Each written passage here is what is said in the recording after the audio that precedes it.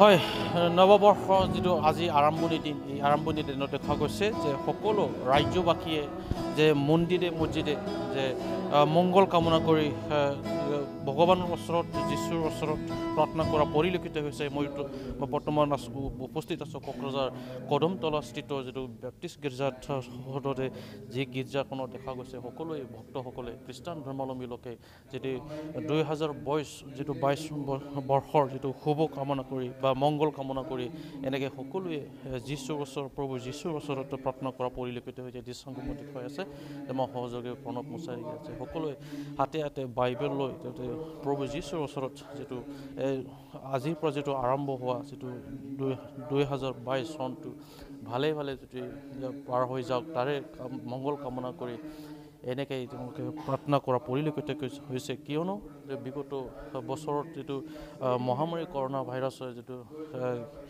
অশান্ত কৰি পেলাইছিলে ৰাজ্যবাসীক, এই দিনটো যাতে পুনৰ ঘূৰি নাহক তাৰ বাবে মংগল কামনা কৰি প্ৰভু যীশুৰ ওচৰত তেওঁলোকে প্ৰাৰ্থনা কৰা পৰিলক্ষিত হৈছে। ইয়াৰ দৃশ্যসমূহ দেখুৱাই আছে। ইয়াতে আছে যে BTRৰ এগৰাকী কাৰ্যবাহী সদস্য যিটো ৰেও নাজিহাৰীয়ে তেওঁ গীৰ্জাখনত আহি তেওঁ প্ৰাৰ্থনা কৰা পৰিলক্ষিত হৈছে। মই ছাৰৰ পৰা কিছু কথা মই জানিবলৈ যত্ন কৰিম যে আজিৰ দিনটোত যিটো দেখা গৈছে নতুন বৰ্ষৰ যিটো আৰম্ভ হৈছে 2022, বিগত সময়ছোৱাত আমি যদি উভতি চাওঁ কৰোণা ভাইৰাছে আমাক সৰ্বশান্ত কৰি পেলাইছিলে, কিন্তু এইবেলি আপুনি প্ৰভু যীশুৰ ওচৰত কি প্ৰাৰ্থনা কৰিব?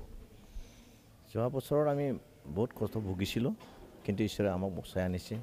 স্পেচিয়েলি আমাৰ এই গীৰ্জাৰ পৰা 3-4জনমান আমাৰ কৰোণা ভাইৰাছৰ ভুক্তভোগী হৈছিলে, কিন্তু ঈশ্বৰে বচাই আনিলে। আজি আমি ঈশ্বৰক ধন্যবাদ দিছোঁ, কাৰণ যোৱা বছৰ আমাৰ এই গীৰ্জা কোনো মানুহক ক্ষতি কৰা নাই।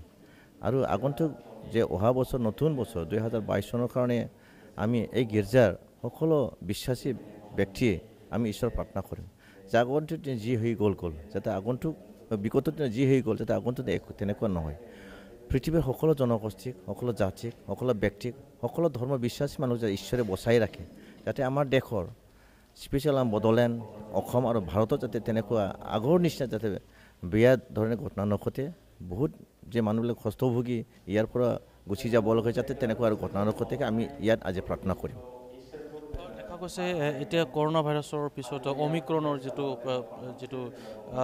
সন্ত্ৰাস যিটো বৰ্তমান দেশত আৰম্ভ হ'বলৈ ধৰিছে, ইয়াৰ পৰা আমি পৰিত্ৰাণ পাবলৈ হ'লে আমি কি চৰকাৰে দিয়া যি SOP আমি মানি চলাটো বাধ্যতামূলক? এইটো মাৰাত্মক বেমাৰ বুলি ক'ব লাগিব। আমাৰ অসমতো নিশ্চয় সোমাবলৈ এইটো চেষ্টা কৰিছে বেমাৰে, কিন্তু আমাৰ চৰকাৰে জাগত হ'লে বহুত ব্যৱস্থা কৰি আছে। আমাৰ হেল্থ ডিপাৰ্টমেণ্টে বহুত চেষ্টা কৰিছে আৰু নিশ্চয় আমি বচাব পাৰিম। কিন্তু তাৰ আগতে আমি সকলো ৰাজ্যক অনুৰোধ কৰিব বিচাৰোঁ, এইটো বচাবলৈ হ'লে চৰকাৰী ঔষধ এইটো আমি বাচিব নোৱাৰিম। আমি নিজে জাগ্ৰত হ'ব লাগে, নিজে কনচিয়াছ হৈ থাকিব লাগিব, মাস্ক পিন্ধিব লাগিব, ভেকচিন ল'ব লাগিব আৰু ডিষ্টেঞ্চিং মেইনটেইন কৰি চলিব লাগিব, তেতিয়াহ'লে আমি ইয়াৰ পৰা বাচিব পাৰিম।